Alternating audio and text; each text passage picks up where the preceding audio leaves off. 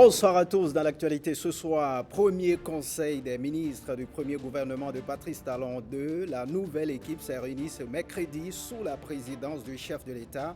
Certains découvrent le job, d'autres reçoivent de nouvelles directives. Nous irons à la Marina. Alassane Seydou prend les commandes du ministère de l'Intérieur et de la Sécurité publique. Il succède au ministre Sakalafia, appelé à siéger au sein du conseil électoral. Renaud Akapo nous en dit plus. Et puis le Trésor public se conforme aux exigences des réformes. L'amélioration du plan comptable est la préoccupation de l'heure. De nouvelles propositions sont en cours d'examination à suivre dans cette édition. Bienvenue, si vous nous rejoignez, on prend la direction de la Marina. Aussitôt nommée, aussitôt mis au travail, la nouvelle équipe s'est réunie en Conseil des ministres ce mercredi matin sous la présidence du chef de l'État. Occasion pour certains de découvrir le job, occasion pour d'autres de recevoir de nouvelles directives. Nikano Kovi, Jérôme Mungbo, Mathieu Sokenou et François Zinsou nous en disent plus. Regardez. Talon 2, c'est parti. Mercredi, jour traditionnel de Conseil des ministres à la Marina, même pour la nouvelle équipe commise aux tâches de la République, la veille seulement. Et en milieu de matinée du lendemain, chacun sait déjà à quoi s'en tenir avec le coach. Monsieur le Président de la République.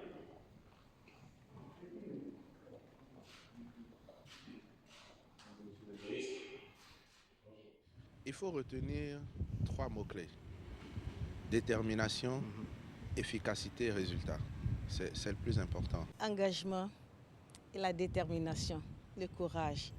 Jour de rentrée des classes, jour de dépaysement pour les nouveaux élèves, dont certains se tapissent dans les lignes de fond quand il faut prendre la pause pour les photographes. Ok, c'est parti. Parmi les petits nouveaux, certains sont venus dans la classe sur la pointe des pieds, tandis que d'autres s'attendent à être tuyautés par les anciens. Déjà, c'est un sentiment d'humilité. Je viens avec beaucoup d'humilité dans une équipe qui s'est déjà construite, qui a déjà fait ses preuves sur les 5 dernières années. Et aussi un grand sentiment de fierté d'intégrer cette équipe et de pouvoir travailler avec toute l'équipe et être plus fort et aller un peu plus loin. Ce que j'attends de mes collègues, c'est l'appui nécessaire et je pense que cela ne manquera pas. C'est une équipe et quand on parle d'équipe, cela veut dire que nous sommes en complémentarité. Nouveaux ou pas, ces cols bleus se savent investis d'une grande mission. Occasion pour certains de se découvrir au grand public et pour d'autres de dévoiler leur costume, celui de l'intrus qui connaît la maison. J'ai une carrière d'une vingtaine d'années en banque d'affaires, un peu partout, New York, Londres. Mais l'objectif aujourd'hui, c'est vraiment de pouvoir accompagner l'équipe existante dans la vision du président de la République, travailler avec le ministre d'État chargé de l'économie et des finances, qu'on puisse ensemble voir comment est-ce qu'on peut faire avancer et aller encore plus loin. Parce que comme je l'ai dit tout à l'heure, énormément de choses ont été très bien faites et l'objectif aujourd'hui, c'est vraiment de la continuité de ce qui a été déjà fait et c'est vraiment tout l'objectif pour les prochaines années. Au travail, disent-ils, qu'importe les horizons politiques d'où qu'ils viennent. Ce n'est pas une activité partisane, c'est une mission républicaine. Donc je suivrai, disons, scrupuleusement, comme je l'ai dit, l'agenda du gouvernement et je m'emploierai à me mettre au-dessus de la mêlée quand il le faudra et à exécuter ce qu'il faut pour que notre pays avance. Le noyau dur de l'équipe connaît la chanson. Avec ce coach, sang et sueur à la tâche car seul le langage des résultats est entendu en ces lieux. Je suis conscient de l'importance de la mission et je suis déterminé à donner le meilleur moi-même pour que les résultats attendus soient atteints. Après l'investiture dimanche, nous sommes aujourd'hui au premier conseil du quinquennat avec les mêmes objectifs, avec les mêmes ambitions, avec les mêmes déterminations. Nous sommes prêts pour poursuivre cette dynamique et pour travailler d'arrache-pied. Ministre, une fonction renouvelable, 24 heures finalement. Et cela, les anciens le savent et avertissent. Le président de la République a décidé de faire confiance à l'équipe qui, à ses côtés, nous a permis d'atteindre les résultats que vous voyez. Mais comme il dit lui-même, ce n'est qu'un essai. Et il s'agit maintenant de transformer l'essai sous son leadership en tant que capitaine d'une équipe qui a gagné. Nous avons eu une excellente première réunion avec lui, avec les mises en garde qu'il faut, avec les rappels qu'il faut, avec le soutien du coach qu'il est, mais aussi le fait de ne céder à aucune faiblesse. Col bleu, vétéran survivant des gouvernements d'hier ou ministres conseillers, tous affichent la bonne humeur après ce premier conseil des ministres, en attendant peut-être le prochain remaniement. On ne quitte pas la Marina. Le premier gouvernement de Talon 2 est tombé en début de soirée d'hier mardi. Quelle est la couleur de ce nouveau gouvernement? Élément de réponse dans cet élément, signé Nicanor Kovi. Décret numéro 2021-257 du 25 mai 2021 portant composition du gouvernement. Grosse désillusion pour tous ceux en attente d'un grand chambardement dans le premier gouvernement de Talon 2. 23 ministres aujourd'hui contre 24 hier, 3 sorties pour 2 entrées, soit un taux de renouvellement de l'ordre de 8,33%. Et en termes de renouvellement, Alain Orunla ne portera plus la parole du gouvernement. Le désormais ex-ministre de la Communication et de la Poste disparaît de l'équipe gouvernementale en même temps que son département ministériel tout entier. Autre sortie du gouvernement, celle de Saka Lafia, ministre de l'Intérieur de la Sécurité publique, remplacé lui par Alassane Seydou, ministre de la décentralisation de la gouvernance locale dans le gouvernement précédent. Le nouveau ministre de la décentralisation de la gouvernance locale se trouve être l'un des rookies de la promotion. Raphaël Dossou Akotaignon, l'ancien député de la 7e législature, signe ainsi le retour du PRD au gouvernement en devenant le patron des préfets et des maires. Dans cette nouvelle équipe, la surprise du chef vient peut-être de Kwaro Yves Tchabi, nommé ministre des enseignements secondaires techniques et de la formation professionnelle en remplacement de Maounion Kakpo. Le natif de Tangueta est connu pour être l'un des soutiens du chef de l'État, notamment par ses prises de parole en tant que premier vice-président du cercle des amis de Patrice Talon. Pour le reste, 21 ministres redoublent la classe, maintenus qu'ils sont au gouvernement avec pour certains un changement de statut. Romuald Wadaini, ministre de l'économie et des finances, devient ministre d'État, monté en grade pour l'Argentier national, qui devra jouir de prérogatives plus larges dans son nouveau costume de super ministre. Dernier, mais non point le moindre, Abdoulaye Biochane, cacique du régime, conserve son portefeuille qui change désormais de dénomination. L'ancien ministre du Plan et du Développement reste ministre d'État, mais il est désormais en charge du développement et de la coordination de l'action gouvernementale. 5 femmes et 18 hommes pour accompagner le chef de l'État dans l'exercice de sa mission républicaine et pas de changement majeur. À la lecture de ce gouvernement, la continuité dans l'action, pourrait-on conclure. Et toujours à la Marina, au thème du premier conseil des ministres, le secrétaire général adjoint et porte-parole du gouvernement a donné un point de presse. Nous vous proposons de l'écouter au micro de Jérôme Ombo. À la suite de la signature par le président de la République, mardi le 25 mai 2021, du décret nommant les membres du gouvernement, ceux-ci ont effectué leur entrée officielle ce mercredi 26 mai 2021. La séance a essentiellement consisté en une prise de contact au cours de laquelle le président de la République a donné des orientations très claires sur ce qu'il attend des membres du gouvernement. Ainsi, après les vœux de bienvenue aux uns et aux autres, il les a félicités pour le travail accompli, s'agissant notamment des anciens ministres reconduits dans leurs fonctions. Il a salué la confiance que le peuple place en chacun des ministres à travers la délégation de pouvoir qu'il leur donne. À cet effet, le chef de l'État a rappelé que la salle du Conseil des ministres est le lieu consacré pour prendre des décisions importantes visant à impacter qualitativement la vie de nos compatriotes.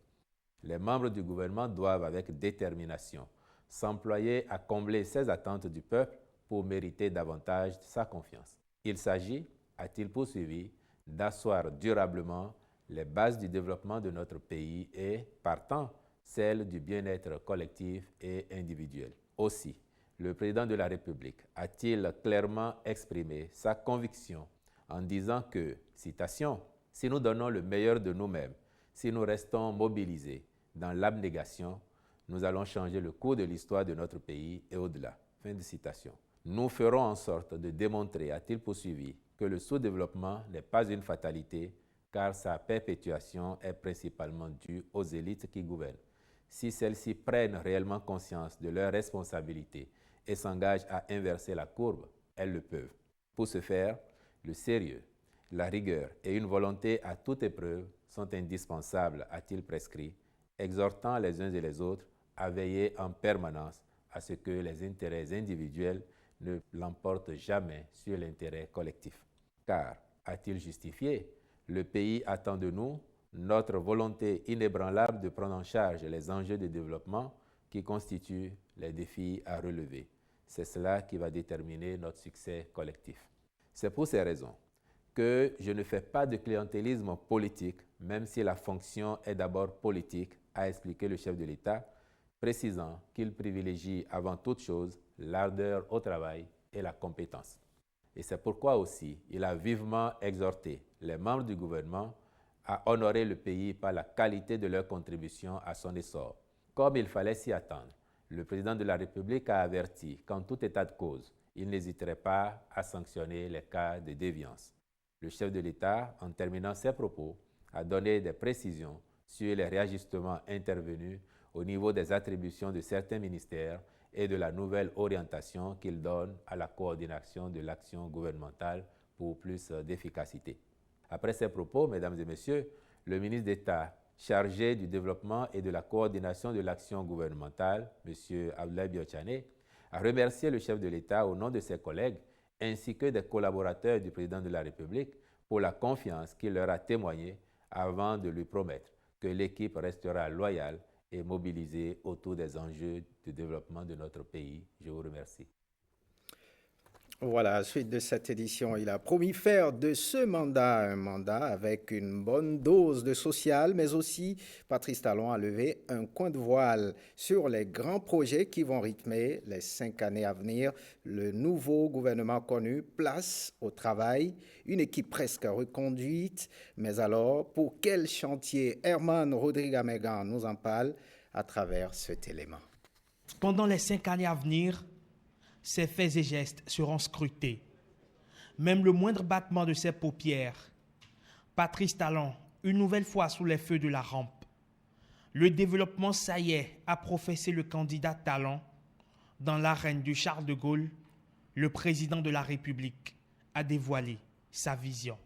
Le credo qui sera le mien tout au long du mandat, c'est-à-dire le bien-être de chacun, en particulier ceux des plus vulnérables d'entre nous. Ce mandat sera donc, mesdames et messieurs, hautement social. Le social, au-delà de la profession de foi, se veut donc le fil conducteur du quinquennat. La culture de l'humain plutôt que la culture du chiffre pour un pouvoir d'achat élevé. Et si le Bénin, désormais pays à revenu intermédiaire, grimpe au plan macroéconomique, la respiration sociale l'est moins. Ce nouveau gouvernement a promis de s'y atteler avec un maître d'orchestre de ce cluster, l'argentier national monté en grade, Romuald Wadaï, désormais ministre d'État, un titre aguicheur, mais avec son lot de responsabilités. Il sera construit une centaine de lycées techniques et d'écoles de métiers de référence, dont plus de la moitié d'ici à la fin de l'année 2023. C'est une révolution en perspective, comme une anomalie en cours de réparation. Kouaro Yves Chabi, nouveau ministre des enseignements secondaires, techniques et de la formation professionnelle. Le tout jeune berger pour conduire une réforme qui apparaît comme un vent nouveau. Un zéphyr pour illuminer un secteur de l'éducation nationale à la croisée des chemins face aux exigences d'un 3e millénaire, des mutations profondes et des besoins en profil professionnel d'un marché inassouvi. Cette centaine de lycées et d'écoles de référence pour tenir le pari du futur et mettre sur le marché de l'emploi une main-d'œuvre prête à consommer. En matière de tourisme, Les investissements inédits en cours seront accélérés pour faire du secteur un levier essentiel de notre économie et propulser le Bénin au rang des destinations de rêve. Le tourisme béninois déjà sur les bons rails, tout comme le sport. Jean-Michel Babalola Bimbola et Osvaldo Meki pour une continuité dans l'action. Les chantiers sont grands et les attentes nombreuses. Un secteur touristique repensé et un univers sportif en pleine métamorphose. La dynamique de développement en cours sera davantage portée par l'assainissement des finances publiques, la dématérialisation des procédures, les programmes spécifiques de financement de l'activité économique. Elle le sera également par le retour de l'État dans l'investissement industriel pertinent. L'objectif étant de lancer la dynamique industrielle pour rendre notre environnement plus attrayant à l'investissement privé. Industrialisation à grande échelle, l'un des défis majeurs des 5 années à venir pour dynamiser un secteur secondaire pour l'heure, anémié, tenu debout par quelques initiatives privées. Le cadre institutionnel aplati va servir de frayère pour un déferlement annoncé de machines. Sur la route du développement, le Bénin veut aller vite, très vite.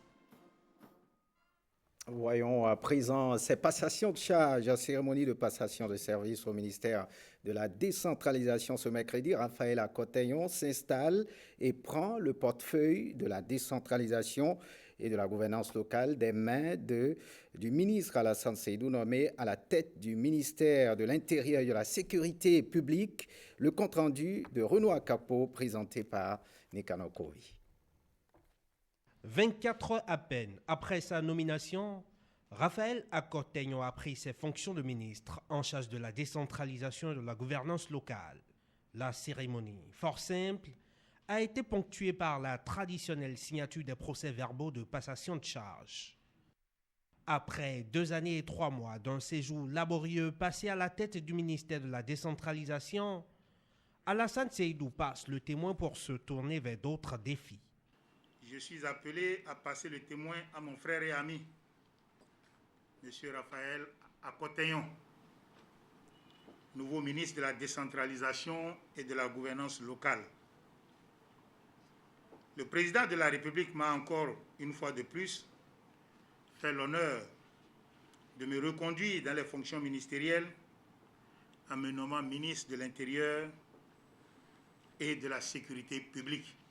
Le ministre Alassane Seydou n'a pas manqué de rappeler quelques actions menées à la tête de ce département ministériel. En prenant fonction à la tête de cet important département ministériel, le 21 février 2019, plusieurs défis nous ont été lancés. À ce jour, tous ces défis ont été relevés à un taux appréciable.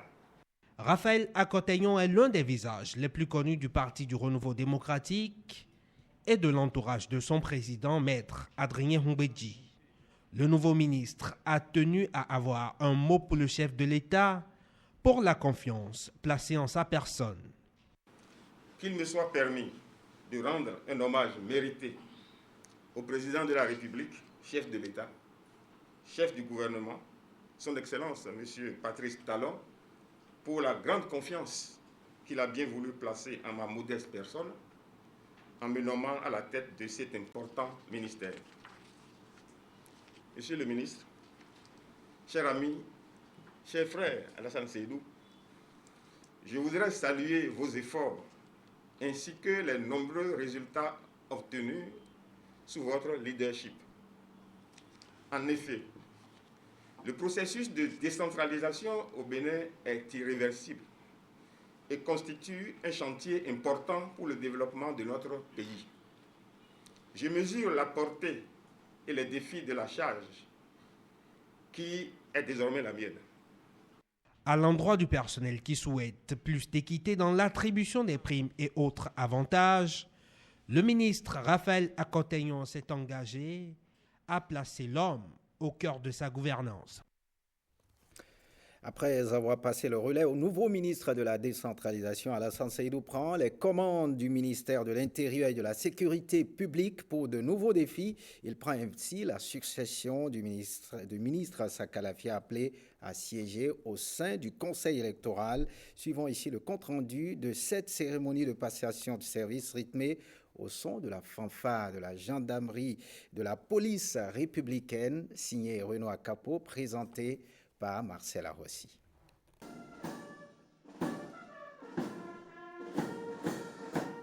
La cérémonie de passation de service entre les ministres Saka Lafia et Alassane Seydou a été rythmée au son de la fanfare de la police républicaine.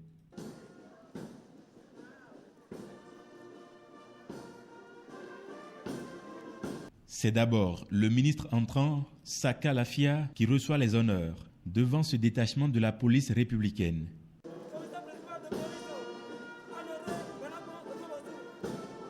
Place ensuite à la traditionnelle signature des procès-verbaux de passation de charge.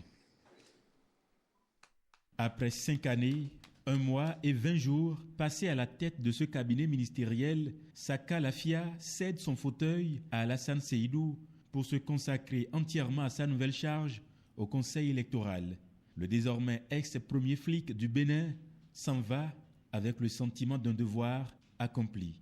Mes sincères remerciements au président de la République, son Excellence M. Patrice Talon, pour m'avoir fait confiance et maintenu dans son gouvernement durant 5 ans, 1 mois et 20 jours. Un record de longévité rarement atteint par un ministre de l'Intérieur. Monsieur le ministre, je souhaite que vous en fassiez davantage, plus que moi. Avant de vous remettre les rênes du ministère de l'Intérieur et de la Sécurité publique, je me fais le devoir de vous présenter mes sincères félicitations pour avoir bénéficié de la confiance du chef de l'État. Le choix porté sur vous est déjà un mérite au regard de la complexité et de l'immensité du travail à abattre à la tête de ce département. Dans un discours bilan qui a duré près d'1 quart d'heure, le ministre Saka Lafia a fait l'inventaire d'une longue liste de réalisations. Au cours des 5 années que nous avons passées ensemble, beaucoup d'actions ont été menées dans tous les domaines de compétences du ministère. Des résultats fort louables ont été obtenus grâce à l'appui constant du président de la République. Ainsi, la sécurité des personnes et des biens s'est-elle substantiellement améliorée grâce notamment à la création d'une force unique de la police républicaine, résultat de la fusion de la gendarmerie et de la police nationale. Le ministre entrant n'a pas tari d'éloges sur le bilan de son prédécesseur. Au bout de l'ancienne corde, il compte tisser la nouvelle. Monsieur le ministre, ce n'est pas une surprise pour moi, en vous écoutant et en vous entendant évoquer les résultats élogieux auxquels vous êtes parvenus dans la gestion quotidienne de la sécurité intérieure de notre pays. La satisfaction manifeste de nos populations relativement à ce secteur indique à suffisance les progrès enregistrés. C'est au bout de l'ancienne corde qu'on tisse la nouvelle, selon un adage de chez nous. Dans cette dynamique, ma mission à la tête de ce ministère sera de consolider tous les acquis dont vous avez été l'ardent artisan, faire prospérer tous les projets en cours d'exécution et prendre de nouvelles initiatives pour garder haut l'étendard de ce département ministériel qui a à charge la sécurité des personnes et des biens. Sous le feu des critiques de représentants du syndicat du personnel civil, le ministre Saka Lafia s'est employé à réagir du tac au tac. Les travailleurs garderont le mauvais souvenir de la gestion parfois hasardeuses du personnel, à la limite discriminatoire, foulant parfois au pied les principes de l'impartialité qui caractérisent la fonction publique. Que j'ai une gestion hasardeuse du personnel, bon, c'est possible, je ne me connais pas. Je n'ai pas fait gestion de personnel, je suis un vétérinaire. Au ministre Alassane Seydou, qui prend désormais les commandes du ministère de l'Intérieur et de la Sécurité publique, la police républicaine étrenne à nouveau un accueil au son de la fanfare. Descendons à présent dans les rues de Cotonou au lendemain de la formation du tout nouveau gouvernement du deuxième mandat de Patrice Talon. Une de nos équipes de reportage s'est rapprochée des citoyens et acteurs politiques pour recueillir leurs impressions. Ils sont au micro de Lenaï Kagwazaou et Wencesia Samaïman. Ce qu'il a fait, c'est historique. En tout cas, moi, de mémoire d'homme, je n'ai pas encore vu ça chez un président africain renouveler seulement à 10% son gouvernement. Le ministre Abimbola est resté au gouvernement, c'est une grande surprise. Ça veut dire que ce n'est pas forcément la politique qui prime dans un gouvernement, mais c'est ce qu'on sait faire. Et le président Talon a su démontrer à la face du monde que c'est la compétence qui prime. J'avoue que j'ai été surprise, et comme tout le monde, de la composition du gouvernement parce qu'on était habitué à avoir une bonne partie des équipes complètement renouvelées. Mais pour qui connaît le chef de l'État, c'est un homme qui pose des actes forts et il vient de le faire également. On voit que c'est un homme qui est resté fidèle à sa dynamique de gouvernance. Pour faire plus terre à terre, on ne change pas une équipe qui gagne. Moi, je pense que c'est la reconnaissance du mérite, la reconnaissance de la performance. Parce que les ministres en question ont bien travaillé, ont répondu aux attentes du chef de l'État par rapport à leur portefeuille ministériel, ce qui a permis au chef de l'État de leur renouveler la confiance. Le chef de l'État, en dépit de tout, encourage la jeunesse parce que le ministre des Finances, il n'est plus à démontrer tout ce dont il est capable. C'est la toute première fois dans notre pays qu'un journaliste professionnel est promu au poste de porte-parole du gouvernement. Je pense que c'est une très bonne chose parce que c'est la preuve que l'excellence peut être de mise dans notre profession et qu'elle peut être également reconnue et promue. En ce qui concerne la disparition du ministère de la Communication, il s'est avéré que le président de la République, hier tard le soir, a surpris tout le monde en prenant la parole sur une chaîne pour expliquer un petit peu les motivations de cette décision qu'il a souligné, les perspectives de formation et de subvention qui sont prévues donc pour la presse. J'estime que c'est certainement les signes annonciateurs d'une réforme dans le secteur. Il importe qu'une vraie réforme de l'écosystème général de la presse soit effectuée dans notre pays et que cette réforme ait des objectifs basés sur 3 piliers majeurs. L'excellence, c'est-à-dire le professionnalisme avéré. Deuxièmement, l'indépendance économique et éditoriale des entreprises de presse. Et troisièmement, un épanouissement professionnel et social des journalistes et des professionnels des médias en général. Avec l'entrée au gouvernement du BRD, moi je pense que ce nouveau gouvernement traduit une certaine cohérence, constance dans la vision du chef de l'État.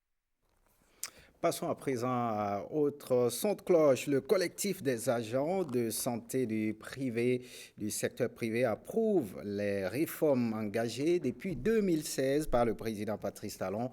Il entend apporter davantage d'appui au ministère de la Santé à travers des réformes prévues dès ce jeudi. On les suit. Avant l'avènement du président Talon, il régnait dans le secteur privé une anarchie qui ne disait pas son nom. Une anarchie qui était tolérée, une anarchie qui était entretenue. Et depuis lors, l'assainissement a fait place à cette anarchie. Et aujourd'hui, on remarque beaucoup moins des pratiques peu recommandables. C'est vrai qu'il y a encore du chemin à faire, il y a encore des tricheurs, mais je pense qu'avec le temps, l'assainissement va être encore plus ferme. Ces journées, 27 et 28 mai, seront consacrés à réunir tout le secteur privé à l'occasion d'une assemblée générale élective. Ensuite, de partager avec tous les acteurs du secteur sanitaire, qu'ils soient du public ou du privé, tout ce que la plateforme a réalisé avec ses membres pour accompagner le ministère de la Santé dans la mise en œuvre de son plan de développement. Lors de l'arrivée de la pandémie, la Covid-19, nous ne sommes pas restés immobiles. Nous avons formé les acteurs du secteur privé pour qu'ils soient capables de reconnaître les malades, de les identifier et d'agir conformément aux directives du ministère de la Santé. Pour finir, j'inviterai tous les acteurs du système de santé, qu'ils soient du public ou du privé, à nous rejoindre les 27 et 28 mai 2021 au Palais des Congrès pour les journées du secteur sanitaire privé. Prenons à présent la direction du Trésor public. Le Trésor public du Bénin à l'ère de la réforme comptable. Ce mercredi 26 mai 2021 s'est tenu un atelier consacré à l'examen de nouvelles propositions en vue de l'amélioration du plan comptable. Marcel Arrossi, Bruno Rotepo ont pris part à la séance. Regardez. Si tout se déroule bien ici, ces travaux vont aboutir à la validation du projet d'arrêté portant plan comptable révisé de l'État, lequel entre en vigueur dès le 1er janvier 2022 au plus tard. Parole est alors donnée aux experts. Surtout les experts de la comptabilité privée, notamment l'ordre des experts comptables et comptables agréés du Bénin. Ceux-là sont invités à ces travaux. La Cour des comptes également, puisque c'est la juridiction financière qui doit sanctionner et toutes les opérations qu'on aura effectuées au niveau de l'État. En prélude à cet atelier, de nombreux travaux ont déjà été effectués avec les cadres du ministère de l'Économie et des Finances. Le document sur lequel les observations vont porter ce jour a fait l'objet de consultations préalables auprès de certaines administrations du ministère de l'Économie et des Finances. Il a ensuite été envoyé aux différentes structures ici représentées pour recueillir leurs observations. Et pour le Bénin, les enjeux se révèlent déterminants. La mise en place d'une nouvelle comptabilité inspirée de celle des entreprises vise donc à garantir la transparence de la situation financière de l'État et à favoriser la recherche de la performance. C'est un vaste chantier de réforme budgétaire et comptable induite par la loi organique relative aux lois de finances et promulguée depuis 2013 qui tire ainsi à sa fin pour que règne en République du Bénin la bonne gouvernance et la transparence. Et ce journal se referme. Merci de l'avoir suivi. Retrouvez Ariane Da Silva à 23h30 pour l'édition de nuit. Bonne suite des programmes sur l'ORTV.